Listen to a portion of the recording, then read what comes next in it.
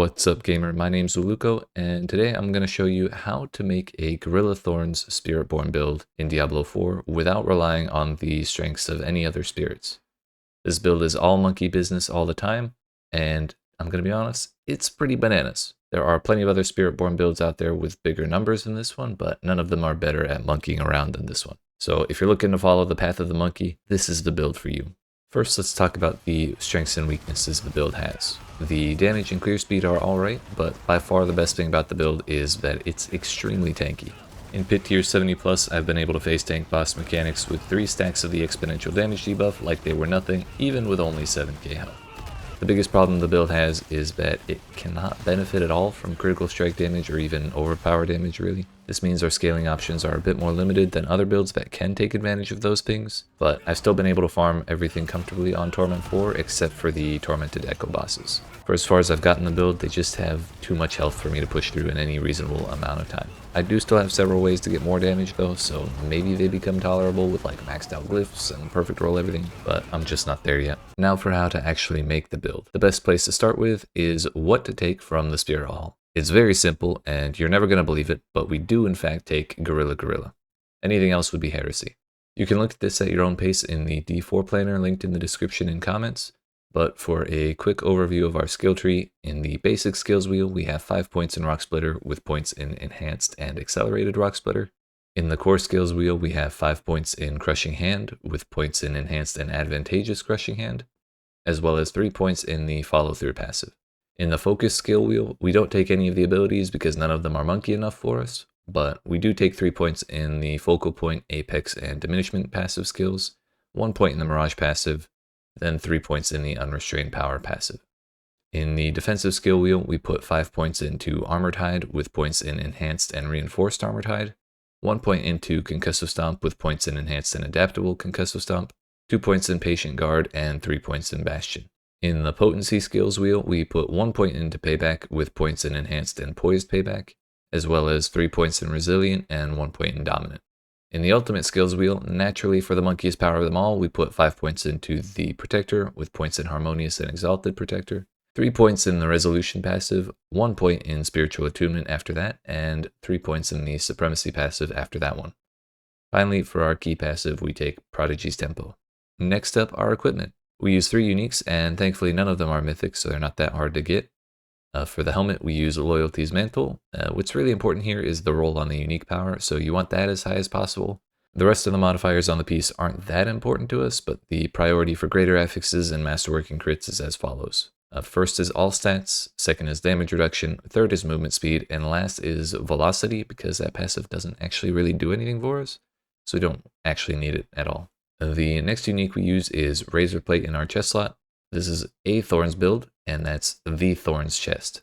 So I think it's pretty self-explanatory. A high roll on the unique power is useful, but I would probably prioritize a Razor Plate with higher thorns on it, and a low power roll over a Razor Plate with lower thorns and a higher power roll. Finally, our third unique is Sepizantek in our weapon slot. Particularly in conjunction with Razor Plate, this is what makes the build's damage really take off. Making Rock Splitter always use its third attack means we trigger our Thorns damage twice with every single hit, once being from the top Gorilla bonus in the Spirit Hall, and once from Accelerated Rock Splitter on the skill tree. On top of that, Sepizantek gives us several levels in the Follow Through passive, which gives a massive multiplier to our basic skill damage, as well as a significant chance for the basic skill to do double damage on top of everything else. Honestly, it's a great weapon for us. For greater affixes and masterwork and crits, you really want to prioritize Follow Through first, double damage second, Dexterity third, and we don't really care about the lucky hit chance at all. Next, let's talk about legendary aspects. First, the most important aspect in the whole build is the Unyielding Hits aspect, and it's very important that we put that on the amulet slot. With this aspect, every single time we use a Gorilla skill, a percentage of our armor gets added to our weapon damage to a maximum of 1500 damage for 3 seconds. This doesn't sound like a whole lot at first, but the thing that makes this aspect so good is the fact that it adds weapon damage specifically. For those that don't know, weapon damage is the base amount of damage we deal that is then multiplied by every single other bonus our character has every time we hit something. Adding even a little bit of weapon damage can make a significant difference in how much damage our characters put out, but Unyielding Hits can add all the way up to 1500 extra weapon damage. For reference, the base weapon damage of Sepizantek, the weapon we use, is 542. So Unyielding Hits isn't just adding a little bit to our weapon damage, it's very nearly quadrupling it. And that makes Unyielding Hits impossible to ignore, and it means that until we reach that cap of 1500 weapon damage based on how much armor we have, armor is our best damage stat. No matter where this aspect goes, it always caps at 1500 damage, but if it's on a normal piece of gear, it'll only count up to 30% of your armor, while putting the aspect on an amulet will allow it to count up to 45% of your armor, which does make it significantly easier to reach that cap. If for some reason you really wanted to use a legendary weapon instead of Sepizantic, you could also put this aspect on there and the range would go all the way up to 60% of your armor, but Sepizantic's really good, so I wouldn't recommend changing it. If you want to know how much armor you need to reach the 1500 damage cap for Unyielding Hits with whatever roll you have, you can find it by dividing 1500 by the decimal form of your Unyielding Hits roll. So if you have a perfect 45% roll, you divide 1500 by 0.45, and you get 3333.3, repeating of course.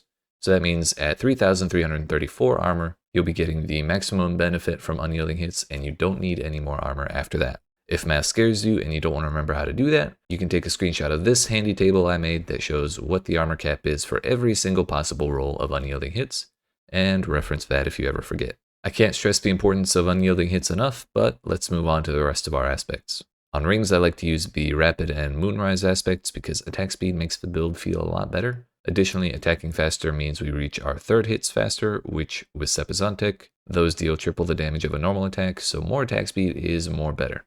On gloves, I use the Fell Soothsayer's aspect, which triggers vulnerable on basically every enemy in sight every time we use Armored Hide. We stack a lot of vulnerable damage in this build because it's one of the few things that applies to Thorns damage, so it's very important that we're able to trigger vulnerable whenever we need it.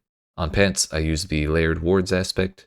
We pretty much always have barriers due to the Gorilla Spirit Hall powers, and because Sepizantic is a quarterstaff, it always gives us plus 45% to our block chance, so we have a pretty high chance to block anyways, which means we get a lot of defensive value out of this aspect. Finally, for boots, we use Ghostwalker because the second Gorilla power in the Spirit Hall basically gives us permanent uptime on Unstoppable, which means with this aspect, we're pretty much always unhindered and we're pretty much always zooming.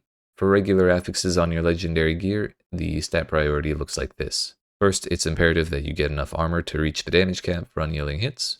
Second, you want to make sure you get enough resistances to reach the cap of 70% on all of them. Third, it would be ideal to get levels for Rock Splitter on pants and levels for follow through on the amulet. But those can be pretty tough to come by, so don't sweat it if you find a good pair of pants or an amulet that's missing those. Fourth, dexterity gives us a lot of damage and chance to dodge. Fifth would be maximum life because more living means less dying. And finally, any other miscellaneous damage stat after those ones is okay. Next, let's rapid fire through the tempers we use. On the amulet, I went for increased armor and protector cooldown reduction. On both of my rings, I went for levels to the Bastion passive and more protector cooldown reduction. On gloves, I went for flat thorns and more levels to Bastion. On pants, I went for even more flat thorns and more increased armor. Finally, on boots, I went for even more flat thorns as well as movement speed for the last one. Finally, on to the socketables. In jewelry, I recommend putting skulls for some big boosts to your armor count. If you find yourself exceeding the armor cap for your Unyielding Hits roll, you can simply take out one of the skulls and replace it with any other gem that'll help you properly cap out your resistances. In your weapon, I recommend using sapphires because vulnerable damage boosts the damage of both your thorns and your hits with Rock Splitter, while none of the other damage bonuses from gems in your weapons apply to both types of damage. For normal gems in your other gear, you want emeralds because dexterity is the default stat of the Spiritborn class. And lastly, for Runewords, I like to use Lithwat to trigger the Necromancer's Decrepify while fighting, and Zolkwe to trigger the Druid's Earthen Bulwark every other time we trigger Decrepify. That's everything we needed to talk about in regards to gear, so next up is the Paragon Board. I'd like to once again redirect your attention to either the description of this video or the comments under it to find the D4 planner for this build, so you can peruse the Paragon Board at your own pace. I'm not going to go over every single point and why I took it, but we'll go over the boards, the glyphs, and a couple of things to look out for. The first board looks like this and gets the Revenge glyph. For the second board, you want to use the one that has the Spiny Skin legendary node and orient it so that the glyph socket is in the top left and the legendary node is in the bottom right. And the Colossal glyph goes in the socket on this board. Next, you go through the top exit and add the Viscous Shield board and orient it so that the glyph socket is in the top and Viscous Shield is on the bottom. Before we move on to the next board, we need to talk about Viscous Shield in particular. The text says that you get 1% increased damage for each 3% of your maximum life that you have as barrier. So if you have 6,000 life and 6,000 barrier, you should get 33% increased damage, which isn't bad. The thing is, this node, at least as it functions in patch 2.0.3, seems to be giving way more damage than that. The possible explanation I've been given for this is that the node is not looking at maximum life, it's looking at base life instead. If you highlight the life stat in your character sheet, you'll see that your base life is 400 at level 60, and everything else is considered bonus life. If the node really works the way that it was explained to me, instead of the seemingly intended cap of 33% increased damage from the node, my 6,000 points of barrier would be giving me 500% increased damage instead. There's no guarantee how long this node will function the way it currently does, but for as long as it lasts, it's really worth taking. And even if the node gets fixed, Viscous Shield is still the best choice out of any of the other options when it's working as intended. That said, for the socket on this board, you want the exploit glyph, and you should path to the exit on the right side. The board to attach on the right side is the sapping board, oriented with the legendary node on the top left, and the socket on the bottom right. Put Guzzler in the socket, and head to the bottom exit. The final board should be the revealing board, oriented with the legendary node in the top right, and the socket in the bottom left with the Hubris glyph in it. Once you socket the Hubris glyph, it's incredibly important that you path over and grab every single blue node in its range. The blue nodes on this board already have exceptionally high values for vulnerable damage and crowd control damage, but the Hubris node multiplies those values several times over when it's fully leveled. At glyph level 100, you end up with over 120% increased damage to vulnerable targets, and over 170% increased damage to crowd control targets just by placing the glyph there and taking those blue nodes. That doesn't even include the base values you get from the nodes themselves or the yellow nodes that they surround, so this is an incredibly valuable cluster of points to take.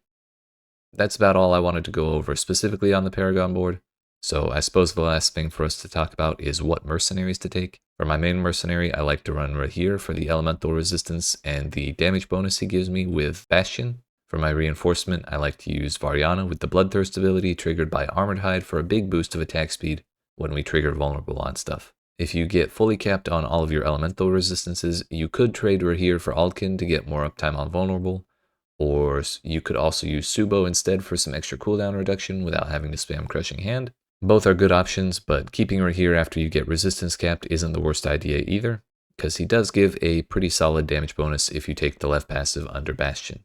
So that's the full build. If you've made it this far into the video, you must be dedicated to the way of the monkey, so I wish you all the best in your monkey business endeavors. If you enjoyed the video, don't forget to leave a like and subscribe to the channel. If you have any questions, feel free to ask in the comments or join the Discord in the description and ask me there. Lastly, thanks for watching, and I'll see you in another video.